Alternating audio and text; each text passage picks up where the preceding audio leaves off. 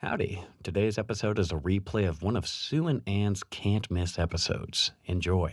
People with lower levels of education and lower income brackets, when they listen to podcasts, what they're getting is mental health literacy. It's reducing stigma and increasing help seeking behavior. Men, in particular, working class men, who we know have very low levels of mental health literacy and are the group who are less likely to access mental health supports, hugely benefited from it. And it was really important during COVID as well. That came up a lot, that a lot of people felt very isolated and very alone. And when they're listening to mental health related podcasts, it gives them a sense of connection and it gives them a sense of hope. An additional thing was that there are also people who have dyslexia and perhaps other different people who've experienced a lot of trauma who might find it difficult to concentrate. What they like about podcasts is they can listen whenever they want at a time that works quite well for them. And then they can listen to the same episode 2 or 3 times until they feel like they've totally got it. Welcome to Therapist Uncensored. Building on decades of professional experience, this podcast tackles neurobiology, modern attachment, and more in an honest way that's helpful in healing humans. Your session begins now with Dr. Ann Kelly and Sue Marriott.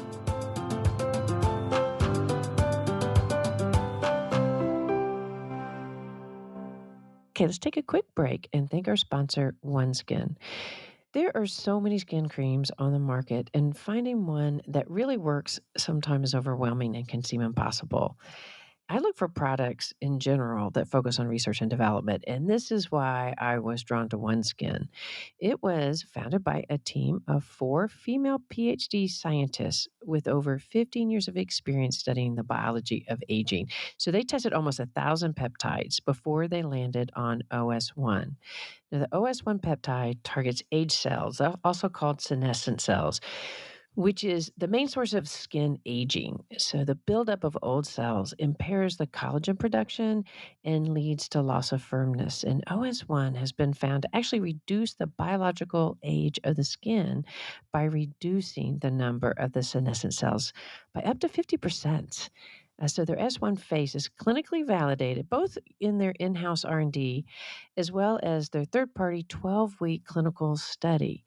And it improved firmness by 95.5% and wrinkles in about 87%. It just overall improved tone and appearance. And I feel I can tell the difference in my own skin. Our listeners get 15% off with the code TU. You go to oneskin.com and enter the code TU for 15% off. That's oneskin.com. That code is TU for 15% off. I think you're really going to like it. We're really excited about our sponsor, ZocDoc. So as a psychologist, I'm often trying to help people find a referral for a good psychiatrist or another therapist, including ones with specialties like EMDR, and it can be so difficult, especially ones that are taking new clients, and ZocDoc has become a real resource for me. It's a great place, not just to find therapists, but you can find out about any type of doctor or specialist that you need, from a primary doctor to a heart specialist. In fact, I was able to use ZocDoc to help my daughter in a whole other state find a general practitioner, so it was a huge relief. So ZocDoc is the only free app that lets you find and book doctors who are patient-reviewed, take your insurance, and are available when you need them and treat almost every condition under the sun.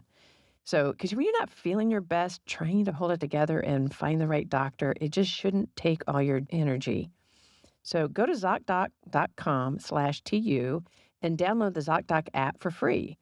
Then find and book a top-rated doctor today. So many are available within 24 hours.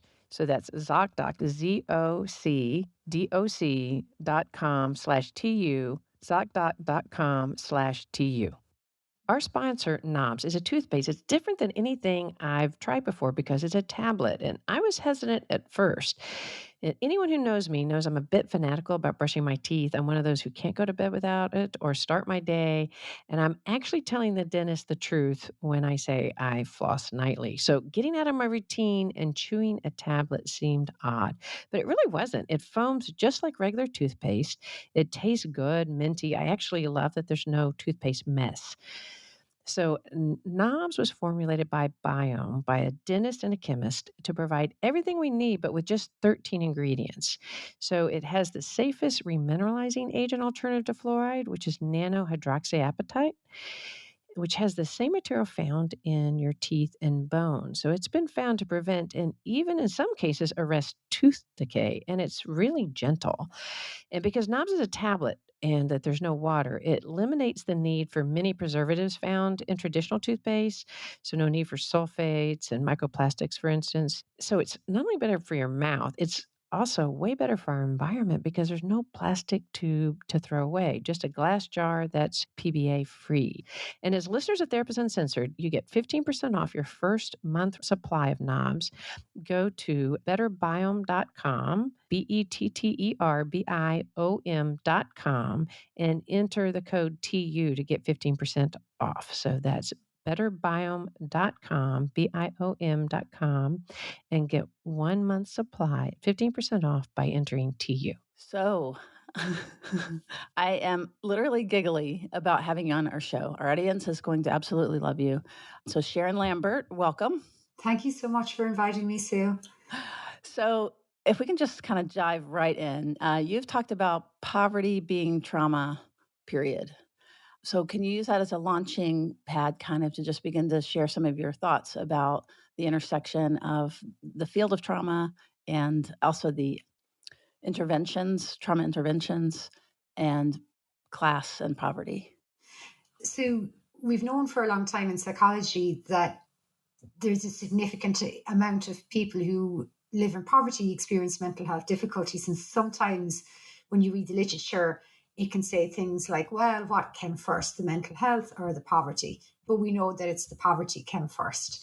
So what's really interesting is, I studied psychology for 7 years in university, and I learned about the etiology of loads of different mental health disorders. And never once did I read that poverty was an etiology for mental health disorder, when it's probably one of the biggest predictors for depression and substance use disorder. So when we talk about trauma, people tend to think about those, big T's, the abuse and neglect and violence. But we know that there's also the small T's. So a small T of living in poverty. So being stressed all day, every day, if you're a parent, impacts on your mental health.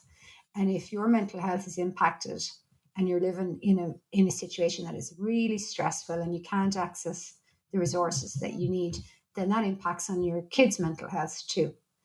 And then we can meet those children. And if we want to talk about class, then if we want to talk about being working class, so if I have a child and I'm struggling with poverty and worrying about paying the bills and I'm really stressed, and then the kids are really stressed, and if one of them is playing up at school and somebody says, oh, they need to see a mental health professional, when you bring a working class kid in to meet a mental health professional, they're probably going to be white, middle class or upper middle class person.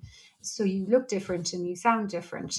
And sometimes children behave even more agitated then in that context. So then we can very easily focus in on the behavior and forget about what is going on with this family. Why have they ended up here? And the thing is that when you're poor, everything is more difficult.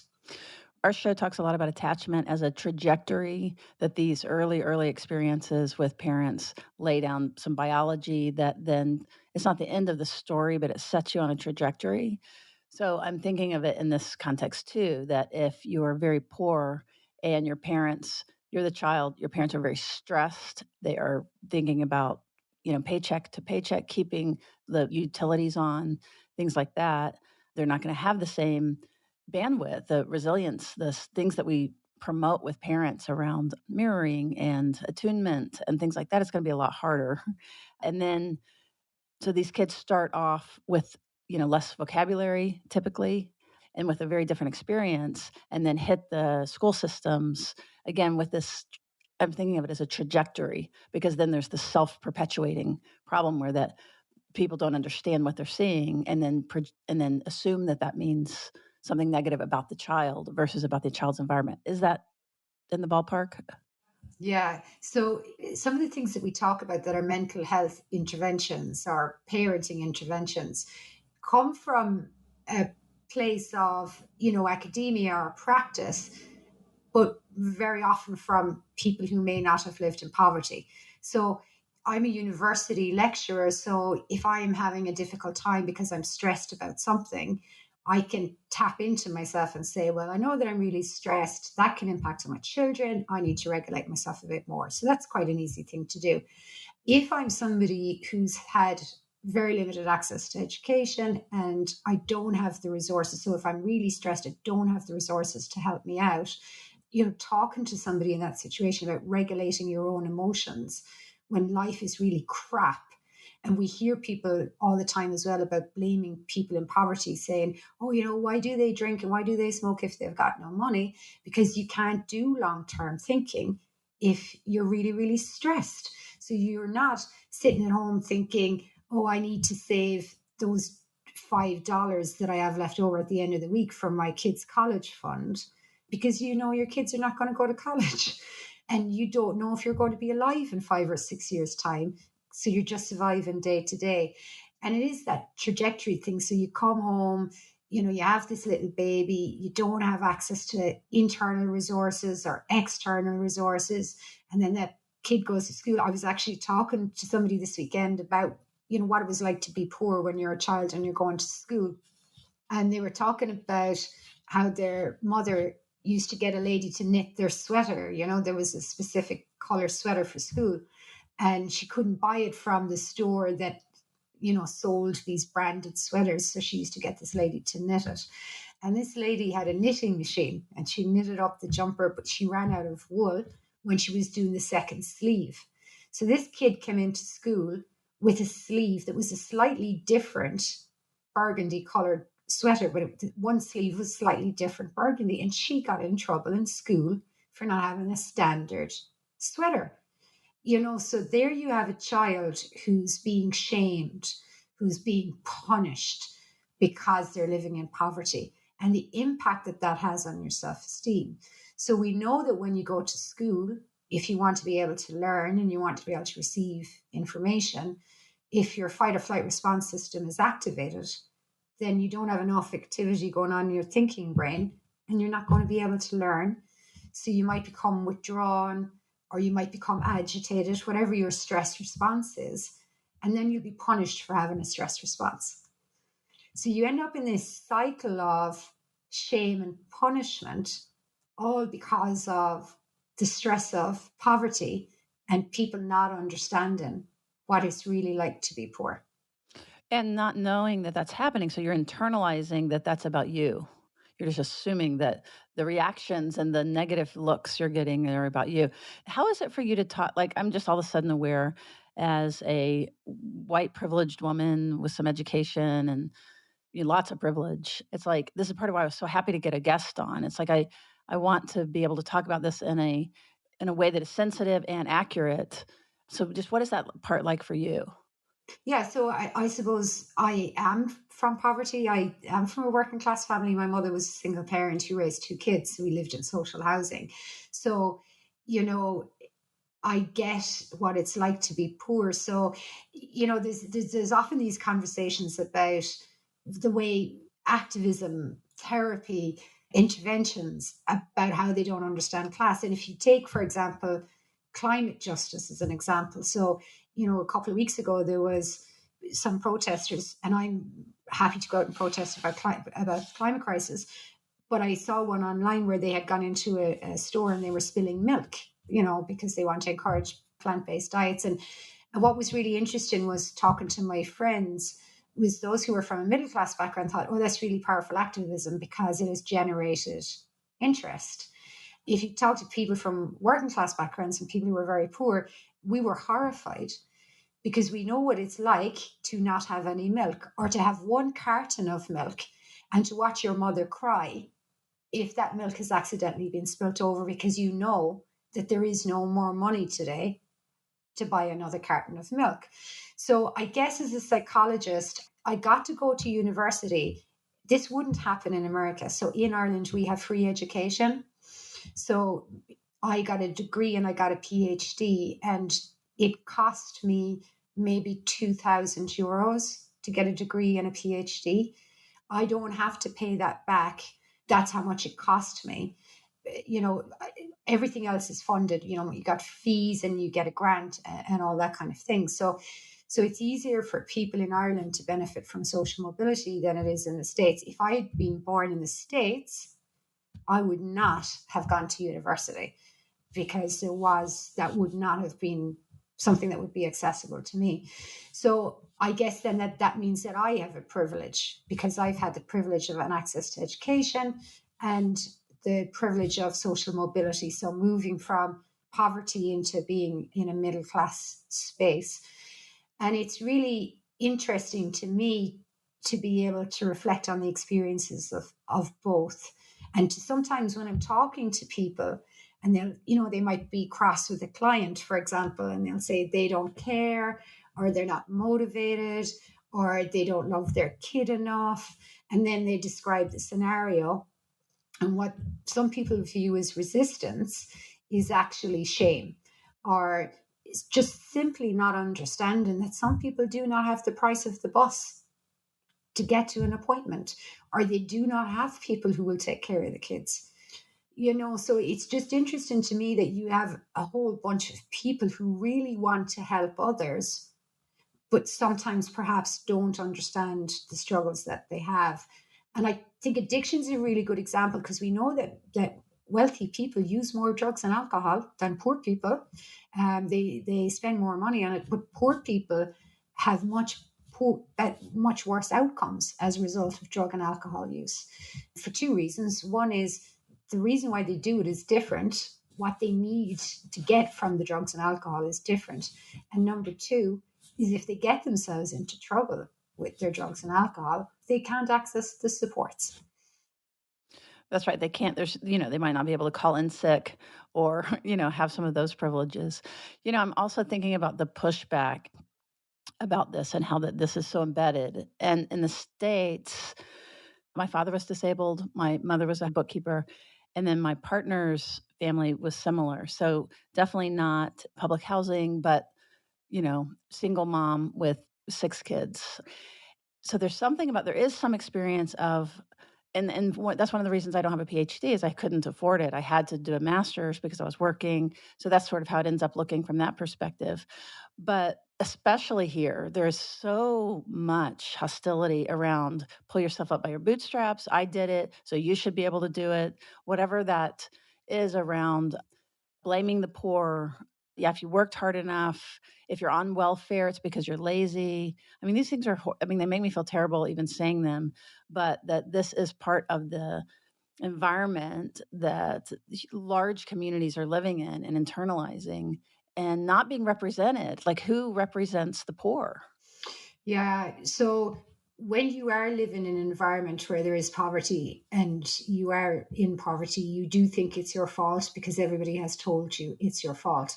And it's only if you get an opportunity to go to university, for example, that you learn about things like social capital. I've talked about this before. So, for example, we have a cost of living crisis, and electricity is very expensive at the moment. And I have a direct debit. So my electricity bill comes, my money goes out of my account. Now, if you're living in poverty, you can't do that because you have to have prepay electricity. So you buy a card. How it works here, I don't know if you have that in the States, but you buy a prepaid card and you stick it in and you have like $20 worth of electricity for the week. So per unit, that electricity is about twice as expensive as somebody who's able to have a direct debit. So when you're poor, everything is more expensive. If I want to go out and buy a pair of shoes today for my kids, and I go out and I can buy a pair of shoes that are €40, so that would be a good quality pair of shoes, they will last them until they grow out of them. If I don't have €40 for a pair of shoes for the kids, and I only have to go into a cheaper store where you're going to spend €10 on a pair of shoes, those shoes will last 6 to 8 weeks. And then I'll have to buy another pair. So from the minute you get up in the morning until the minute you go to bed at night, you never have any money left over, because being poor is more expensive than having money. And the other thing about social capital is, for example, because I work in a university, sometimes if I go to a coffee shop and with my children and I meet somebody who I've, met through work or something, they'll say, "Oh my goodness, it's so nice to see you." And they'll give my kids a free hot chocolate. So the woman who's cleaning my office, who's on minimum wage, will go into the same coffee shop, but her kids won't get a free hot chocolate. But the woman who can afford to pay for the hot chocolates gets them for free. So it's little things like that happen on a daily basis that means that when you have money, it's easier to get money and it's easier to get things for free. When you have no money, it's impossible to get money. If you do borrow money, it's from, very dubious places that end up charging you huge amounts of money. You can never get ahead then. So to tell somebody to pull themselves up by their bootstraps, they ain't got no bootstraps. They haven't got them, and you need to give them to them so that they can then pull up their bootstraps. There seems to be this thing in the States about being self-made and there are very few people who are self-made. It's largely a myth. And often the people who are held up as, you could be this guy. No, you can't, because that guy's dad owned an oil company or something. So what's really interesting then as well is that the kind of people in the middle, what we call here the squeezed middle. So they're the people who are working really hard, but they have some money to go on holidays, but things are tough. And, if they get a medical bill, worrying about that, or where do you get the money to go to college? So what's really interesting is that those people are pitched against the poor people. And what you have is two groups of people who are struggling, and the people who are not struggling, who hoard a huge amount of wealth, are happy to sit back and watch two groups of people who struggle go against each other, because it takes attention away from who's hoarding the wealth and what policies are keeping people in poverty. That is, I can see that happening in the national climate so clearly, including around immigration and getting folks who have immigrated to be against them. You know what I mean? Like there's just definitely this intentional division, can totally feel that, versus inherited wealth or undeserved wealth, things like that, where it feels like that you've made it, but actually, yeah, like you said, your uncle and your brother, using your example about the tea or the hot chocolate, not only does yours get a hot chocolate, but probably when they're looking for work, they're going to be more likely to, know someone who can get them in and be motivated to get them in order to have a relationship with you, because, you know what I mean? That whole social capital piece. So the stressor is so powerful. Psychology is actually a good example, because in Ireland, to become a psychologist, you need to do a psychology degree, then you need to do a psychology master's, and then you have to do a doctorate. And most people have to work for free as assistant psychologists in voluntary roles so that they can get accepted into a doctoral program. The only way you will get that work is if you know somebody who's a psychologist who will let you come and work with them. So if you're a kid in public housing like I was, I didn't know any psychologists. Whereas now, if one of my kids came to me and she said, "I'd like to be a vet," or "I'd like to be a doctor or a lawyer," I work at a university, I meet loads of people all of the time. And they'll say, "Oh, you know what? I know somebody in the law department. I'm going to ring them up and see if they can help us out and get you, an internship for a month or so." That's social capital. People can't see the value of it because there isn't the dollar sign on it. But that's the thing that keeps you in poverty. They're the bootstraps. They're the bootstraps that you want people to pull up, but they don't have them. They don't exist. Yeah. No. And even things like, if I want to get solar panels for my house because it reduces my electricity bill, I can go to the bank and I can get a loan, which I did last year. So that loan that I'm paying back still makes even with the solar panel loan, my electricity is still cheaper now because I have those solar panels. If I didn't have the income that I have, I couldn't go to the bank for a loan. I would have to go to a lender that would, I would be paying it back for such a long time. It would never be worth it. So, that thing about stress, and we know that when you're stressed, that it affects how you think and it affects your ability to think, and it affects your ability to regulate your emotions. So if you're really poor, you're really stressed. So you're not going to be able to pull up those non-existent bootstraps. And I mean, the reality is the only reason why, I have a PhD is because I live in a country where we have a free education. There are plenty of people like me all over the world who just won't be able to access that. Mm-hmm. And, so many of these invisible bootstraps that are holding people up, because they're invisible, we don't realize that we're being bootstrapped. And so we attribute it to ourselves, which makes the divide even more. But going back to the stress and the cortisol and the kind of developmental piece around mental health. So some of what we're saying, I think, is parents themselves are in this objectively stressful situation. It's not the parent's reaction to something, it's literally reality that they're going to have more cortisol and be spending a lot of their internal conscious capital on things that aren't only about the child. It doesn't mean they don't love the child. They love the child just as much. But again, the resource isn't there. So the stress is one part. Like, I guess I'm moving back to mental health and what the trajectory looks like from a mental health standpoint. Because the other thing I was thinking about is even just health, like COVID would inappropriately hit, in particular, indigenous groups, I'm hearing, have a higher rate of death, even though their vaccinations level are the same and things like that.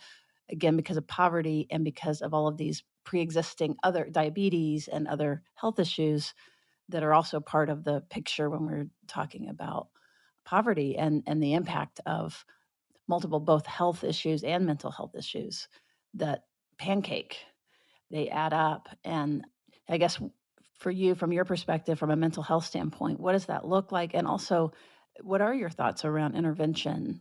Because one of the things we talk a lot about is, it's therapy. We do therapy, but that's an individual action.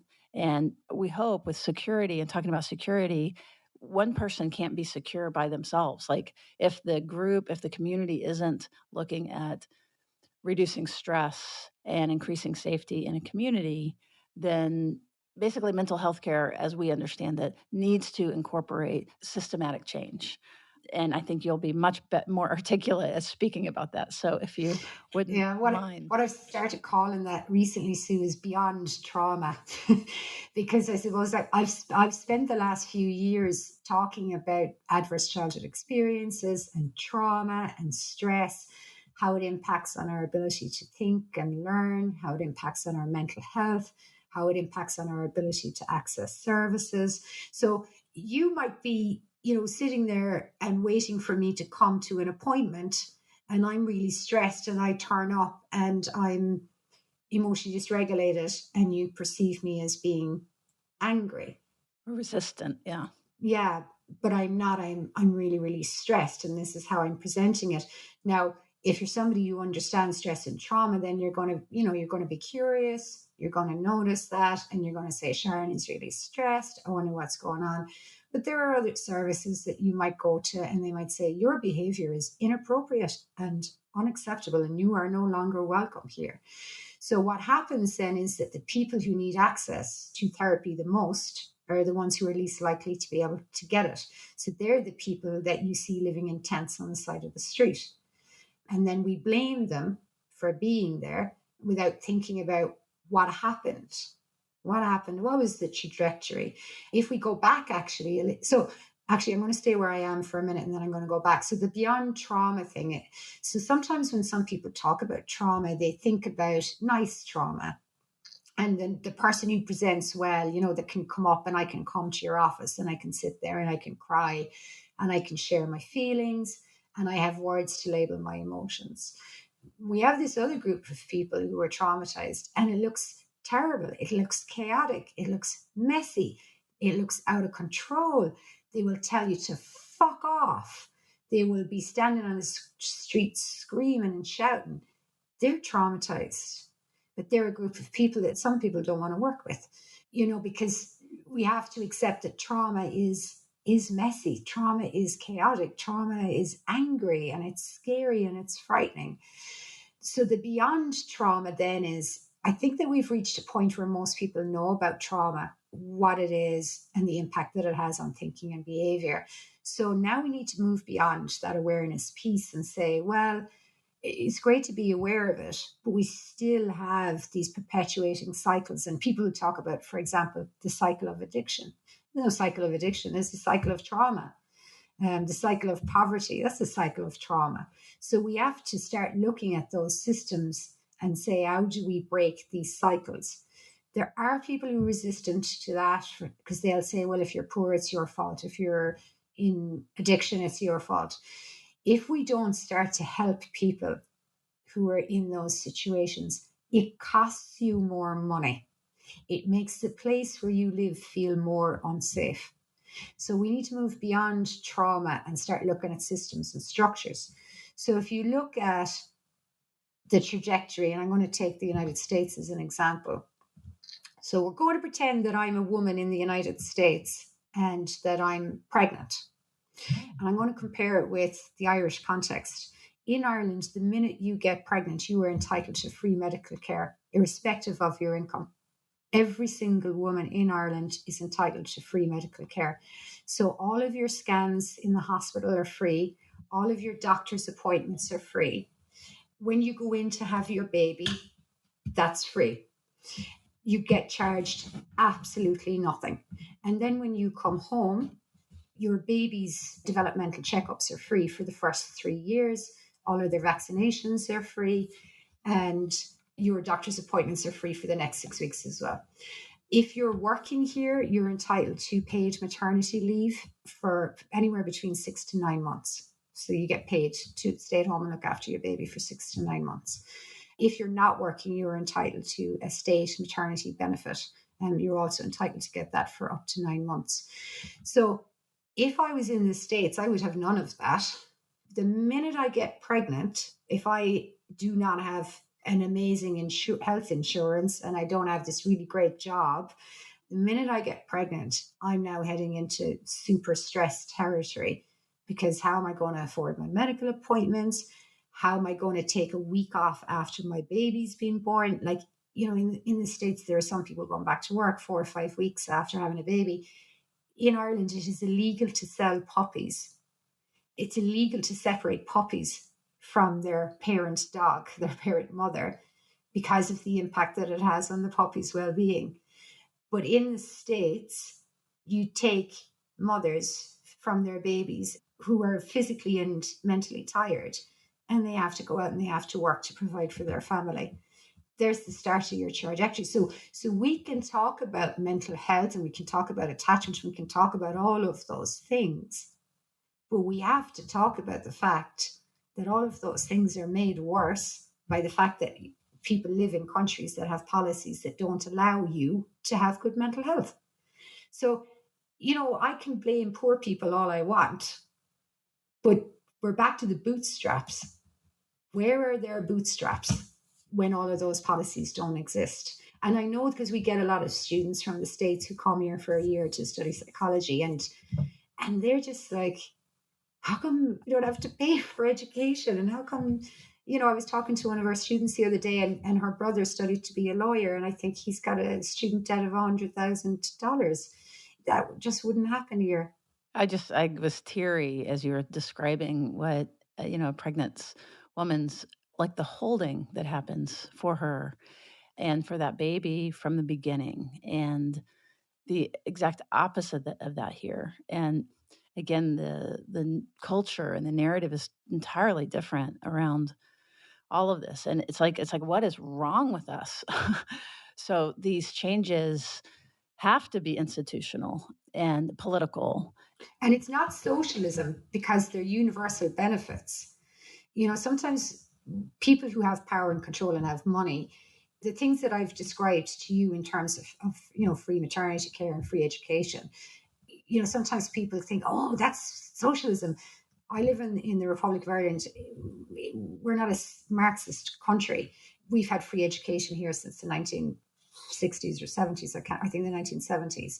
So we're not a socialist country. We're just a country that recognizes actually that children and babies in particular are entitled to universal care. So it doesn't matter whether you earn $20,000 a year or you earn $250,000 a year, you are entitled, and your baby is entitled to exactly the same services for free. So we have a child benefit payment, for example. That's a universal payment. So from the minute your child is born until the minute that they turn 18, you get a monthly payment into your bank account every month. It's a universal child benefit. Every single parent in Ireland gets that, irrespective of their income, because that is a universal benefit for children. So it's making sure that all children have access to the same thing. So once you level that playing field, now you're starting to create bootstraps. Yeah, those are your bootstraps. That's great.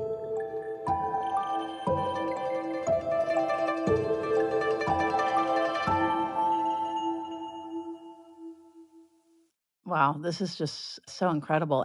Now, speaking of ideas about this, I know that you also studied podcasts and the impact of potentially the positive impact. So, can you say a little bit about mental health and podcasts? As I wipe my tears away about hearing about how it could be, like it's heartbreaking. And I just want to pause there for a second, because it is heartbreaking, because the United States is quite a wealthy country. There are lots of people there who have a really good education. And I know that there are people in the United States who get to travel a lot. So they will have traveled to Europe and including Ireland. What I've described to you in relation to maternity care and free education is not unique to Ireland. For example, because I'm Irish and I'm a member of Ireland is a member of the EU, my children can access free education in other European countries. And if I went on holidays to France tomorrow, I have a European medical card, so I'm entitled to access the hospital for free. This is just how it works in Europe. But there are people in the United States who have a lot of money and who travel a lot, and they have been to Europe. They know how it works here and the access that people have here to basics, health and education. And how they don't use their voice then to advocate for that in their country is because they would have to pay more tax. So I pay 47% tax on my income. I'm happy to pay that because I also reap the rewards of that, and so do my children. So when I pay that 47% tax, it's not the poor people who are running around having a great time with my money. They are universal benefits, and we all benefit from them. And I'm also happy if the children who have less than my children do get a little bit extra of my money. That would make me really happy too. So what's interesting when you look at countries that are quite wealthy and quite resistant to those models is the people who are telling you, be careful about, universal health, or be careful about free education, be careful about those things. That's Marxist ideology. They're the people who don't want to pay their share. And the people who become most frightened of those conversations are those squeezed middle. The people who are going out working and they're saving and they want to get their kids into college. So they get really frightened and they think, oh, people, like, life is so tough. And if we dip our toe in any kind of social democracy, they'll take away that tiny little bit we have to bring the kids to camp this summer. When actually what happens is your kids' education gets cheaper, your kids' healthcare gets cheaper. All of the money doesn't go to helping the poor people; it goes to help everybody. Yeah, it's about being interconnected and working as a community and bootstrapping one another across the whole. The people who don't want to do that have way more than you, and they're happy that you're in the middle and that you're struggling, and then they're using that to make you hate poor people. So that's my bit on that. But coming back to the podcast I have appeared on a couple of podcasts, and I am an academic and I did work in the community with young people before I came back into the university. But one of the things that struck me when I did podcasts was the amount of contact I would get from members of the public afterwards saying, oh, when I was growing up, my dad had a drinking problem, and it wasn't discussed outside of the family home. But as an adult, I've struggled a bit with depression. I found it quite difficult in relationships. And when I listened to your podcast, I went, oh my goodness, I think that those experiences are still dictating my life now. So I think because, when you're a mental health professional, after a while you take for granted your knowledge, but there's such a huge amount of adults out there who might be not living their best selves, and they might be struggling, and they think it's because they're a loser, because they haven't thought about or been told that their experiences are not just about their individual self, but their experiences are impacted by family, community, and social policy. So the beyond trauma. And I remember, speaking to a group of people who were experiencing homelessness, for example. They all had huge trauma histories from childhood, and they would have had chronic long-term homelessness and addiction. And then I talked to them about the impact of stress on thinking and decision making. And it's really profound, because they say, I thought I was a scumbag. I thought I was a loser. I thought that that was just my identity, that I'm just not a good person. I'm not a good human. I don't make good decisions. I can't function right. I'm a loser. So what you're telling me is that actually these really bad things happened, and then they limited the decisions that I could make. With a podcast, you can reach a huge amount of people who are getting access to information that they would never have had before, because they can't access education, or they can't pay to go to therapy. So they're getting this information on podcasts.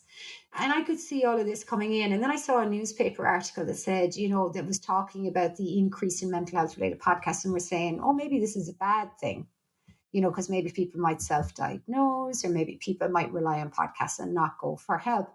And I thought that's really interesting, because that's not been my experience of the contact I've had from members of the public. And myself and one of my master's students, Nisha Quilta, went and looked at the literature, and there wasn't any. So we said, this is really interesting. We don't know why people are listening to mental health related podcasts, and when they are listening to them, what are they doing with the information? So we sent out a survey, and 722 people responded to that. And what we found was that people with lower levels of education and lower income brackets, when they listen to podcasts, what they're getting is mental health literacy. It's reducing stigma and increasing help-seeking behavior. People in the higher income brackets with higher levels of education are also listening to mental health related podcasts, but they're listening to them for different reasons. Some of them have their own difficulties, and they're getting connection and a sense of understanding about their own personal difficulties, but primarily they are listening to them for professional reasons and recommending, they might recommend a specific podcast or a specific episode to clients. So it was really interesting that class divide emerged. Men in particular, working class men, who we know have very low levels of mental health literacy and are the group who are less likely to access mental health supports, hugely benefited from it. And it was really important during COVID as well. That came up a lot, that a lot of people felt very isolated and very alone. And when they're listening to mental health related podcasts, it gives them a sense of connection, and it gives them a sense of hope. An additional thing was that there are also people who have dyslexia and perhaps other different people who've experienced a lot of trauma, who might find it difficult to concentrate. What they like about podcasts is they can listen whenever they want at a time that works quite well for them. And then they can listen to the same episode 2 or 3 times until they feel like they've totally got it. So, if I come in for therapy, I might be running late, I might be stressed. So I might not, I might go in for my session, and I might, do a good session, but then somebody might give me a piece of information, and I might not necessarily hold that information in my head. Whereas if that person has also done a podcast and they've talked about, that specific issue on the podcast, I can listen to it 2 or 3 times until I've gotten it. So podcasts are not a replacement for therapy.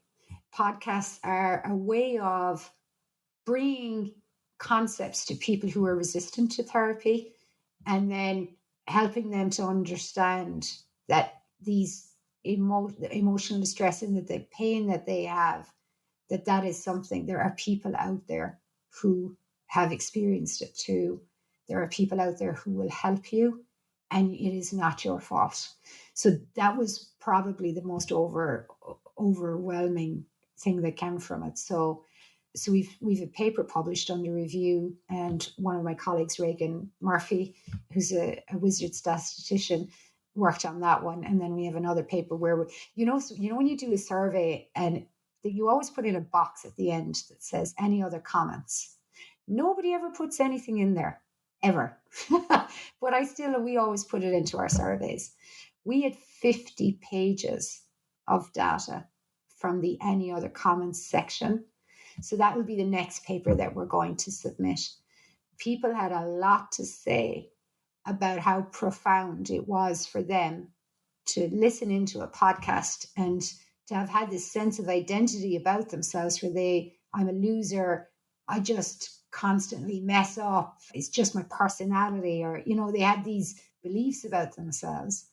And then they get access to this information, which if you've gone to university, you take for granted.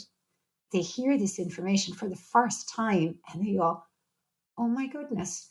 So adversity during your childhood can impact the way in which you engage in the world around you.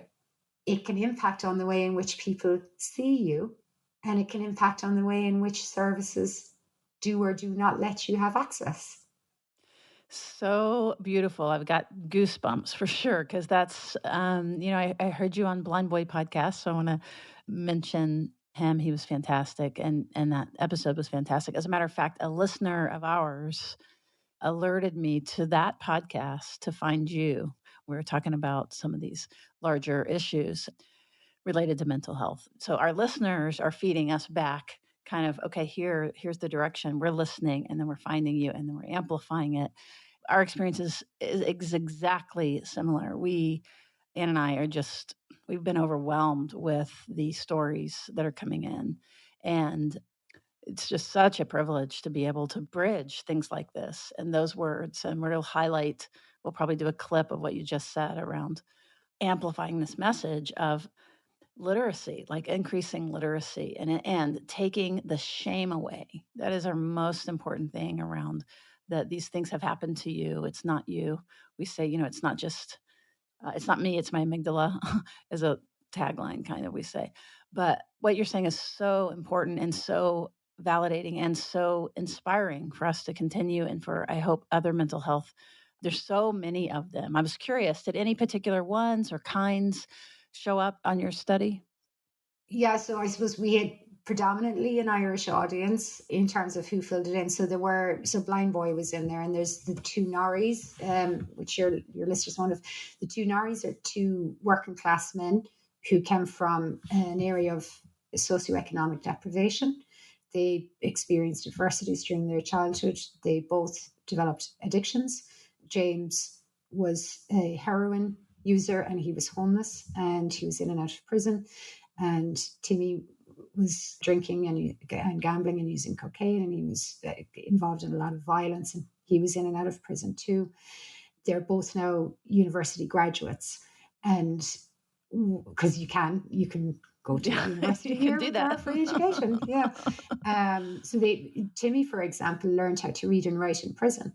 And when he was in prison, then he was diagnosed with dyslexia, and he felt a lot of shame when he was trying to go to school. His mother had really significant mental health issues. We were talking a couple of weeks ago, and just for people who don't understand poverty in kids, so his mother was very stressed and she had very significant mental health issues, and she wasn't able to care for the children. And sometimes there would be violence in the house, and Timmy would sometimes wet the bed at nighttime because he was frightened. And his mother couldn't care for him. It's not that she didn't want to, she struggled to care for him. So he would sometimes go to school smelling of urine, and then he would be called the pissy kid. And then because he had undiagnosed dyslexia, he was regularly described as stupid. So that's his trajectory then. So you don't go to college, you don't get a job, nobody around you goes to college, nobody around you works. And actually there's a lot of status involved in crime because that's who you look up to, because that's who's in your community. During the first lockdown, they were aware of other people that they know who were struggling with recovery, and they decided to set up their little podcast, the two Norries. So they came up a lot because, I suppose their lived experience is quite profound, and it gave a lot of hope to the people who are most marginalized.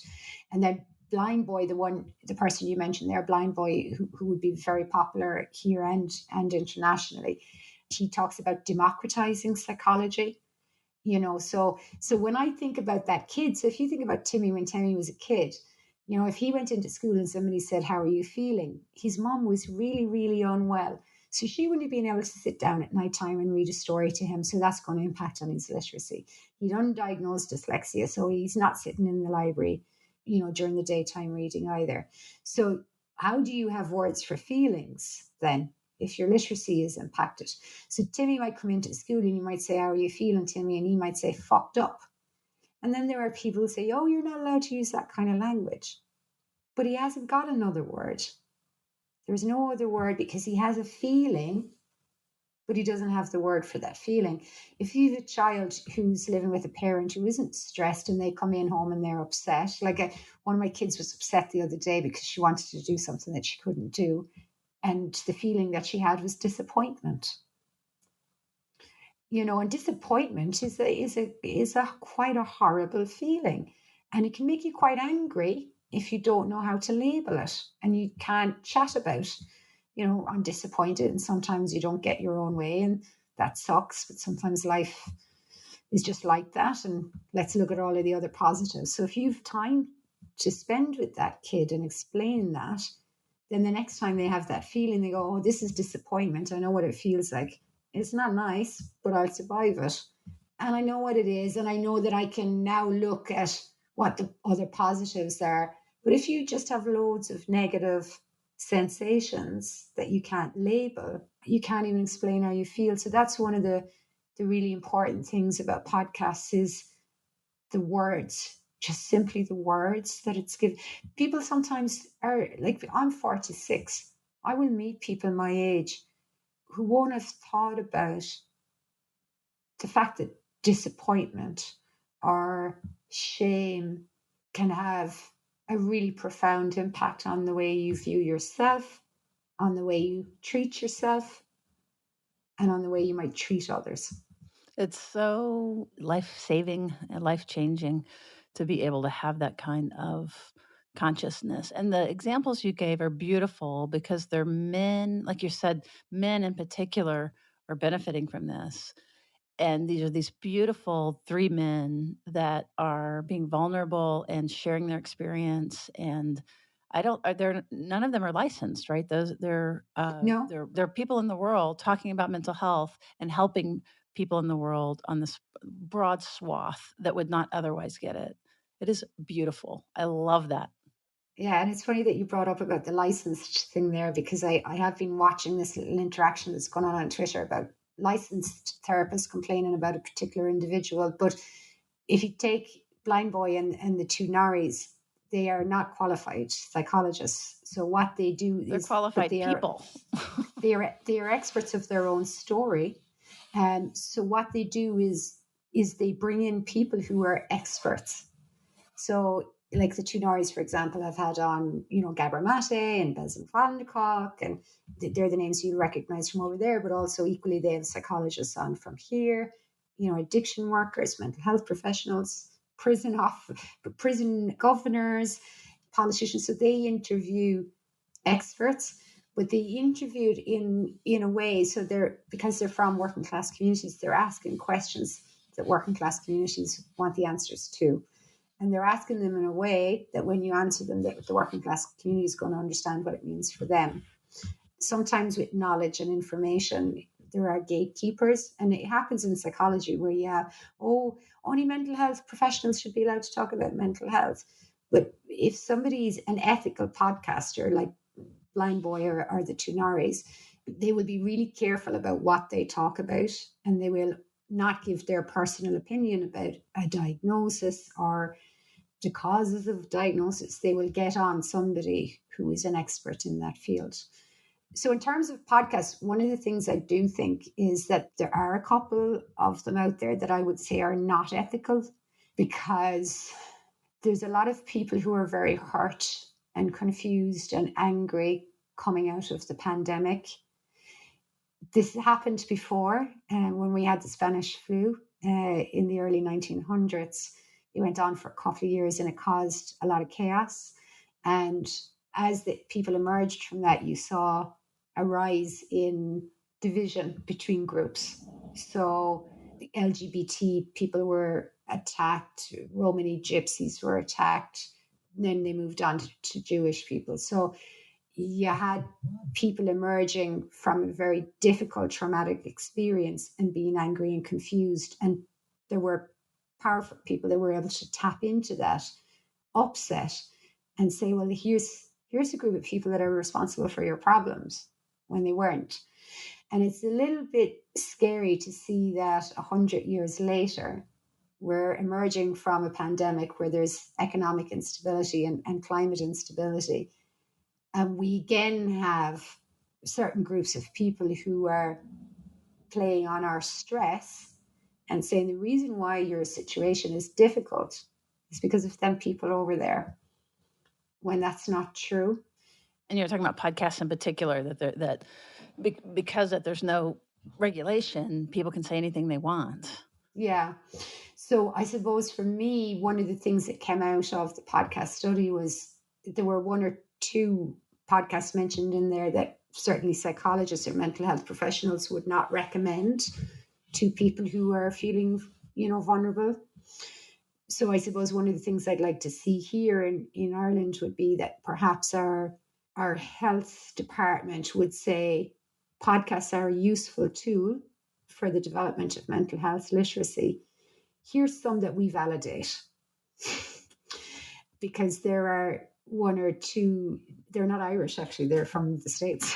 Oh, that's no surprise. I have him in mind. I don't know, but everyone listening will be filling it in with somebody. So yes. Yeah, that's not to say that somebody won't emerge in that space in Ireland.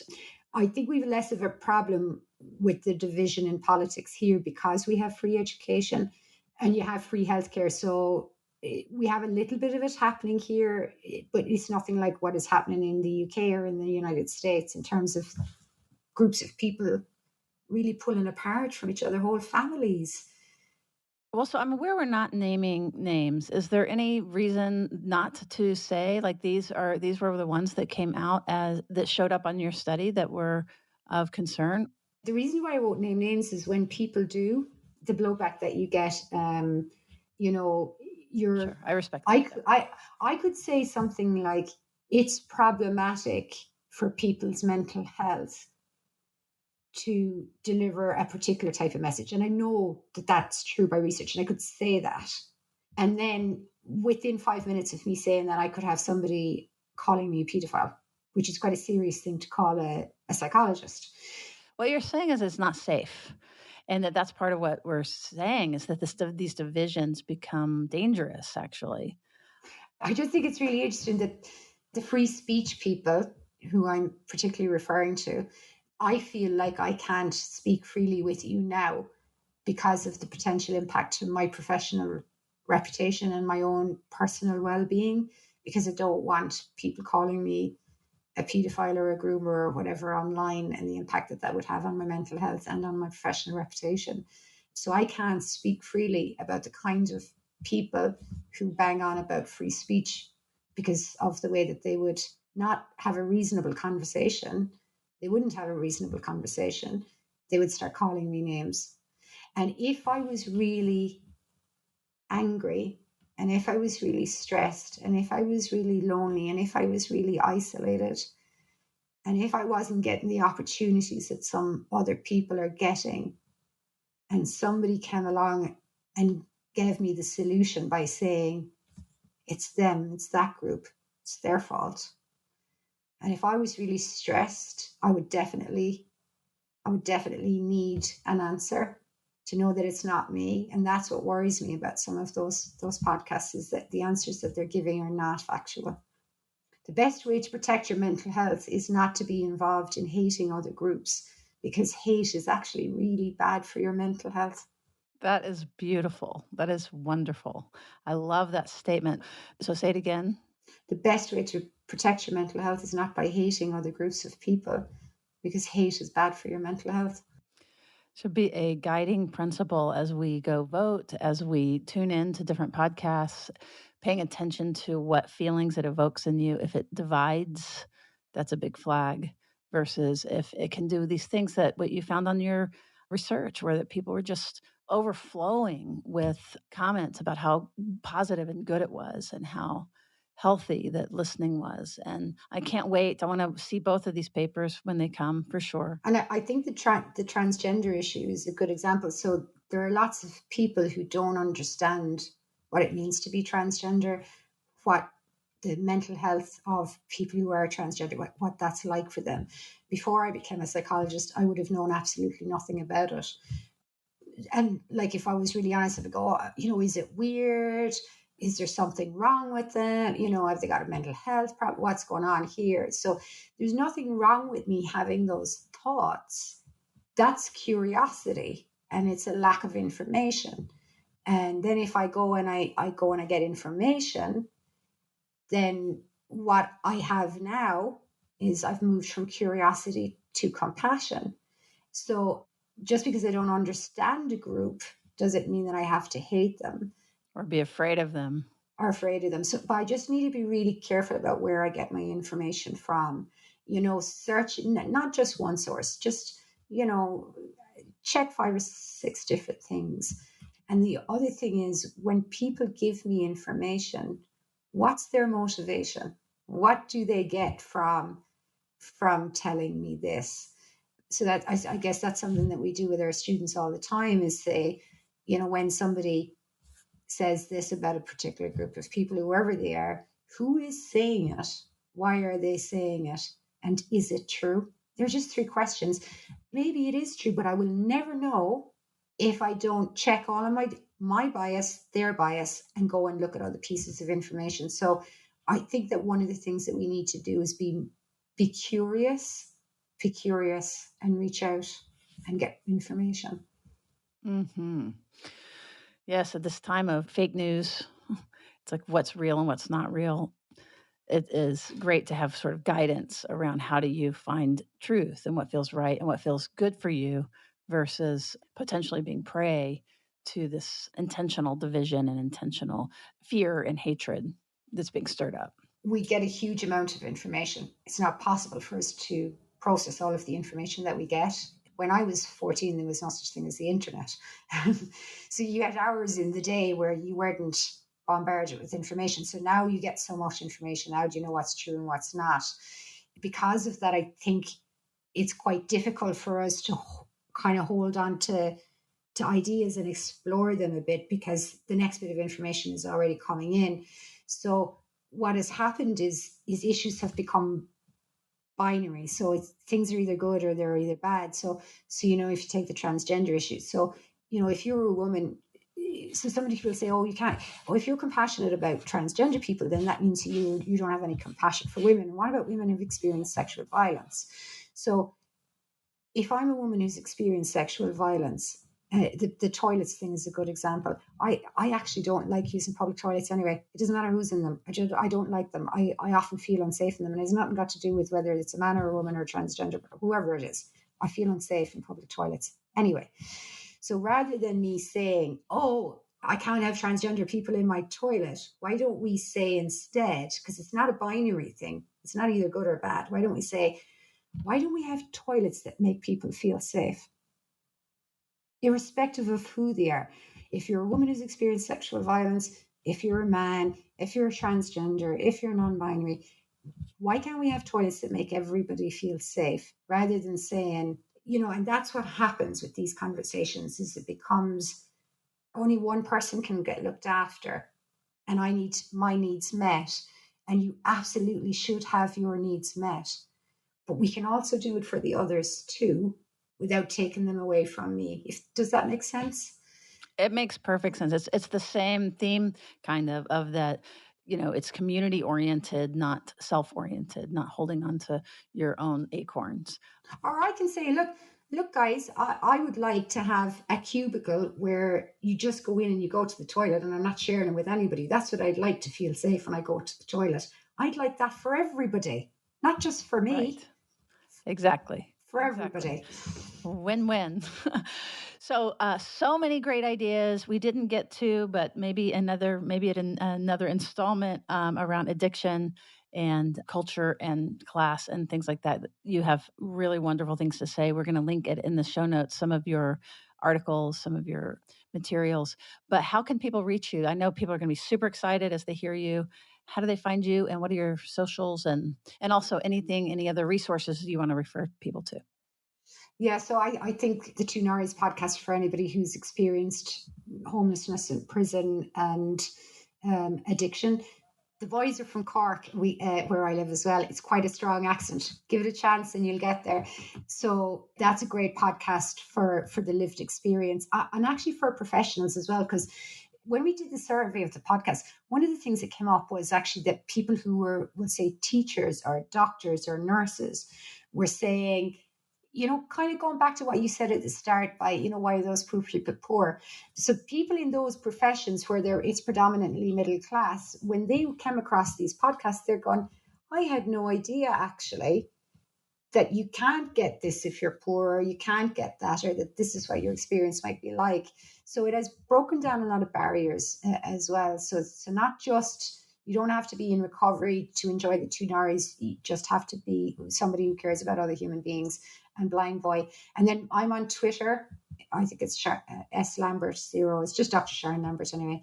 And that's the only social that I'm on. I may possibly switch to Instagram in the next while if Twitter becomes unpleasant. But at the moment, I'm doing okay there.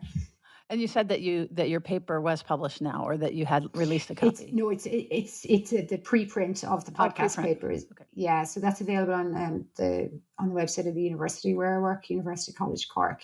So it's O'Cuilta, which is the Irish word for woods. So Nisha O'Cuilta, Lambert and Murphy, 2022 podcast as a tool for mental health literacy. So that's up as a preprint. And that's the quantitative, so that's the quantitative data. The qualitative data will be going up in about 4 to 6 weeks. Wonderful, wonderful. It is amazing and wonderful, and been such a privilege. I really appreciate you sharing with us. Thank you so much, and I want to wish you all the best. And I know that things are really difficult in the States right now for lots of different people. Irrespective of what side you are on, there are lots of people feeling pain. Yeah. So I hope that there's going to be some healing and some recovery for everybody over there. Thank you. I hope so too. All right. It's been an honor. Thanks, Sue.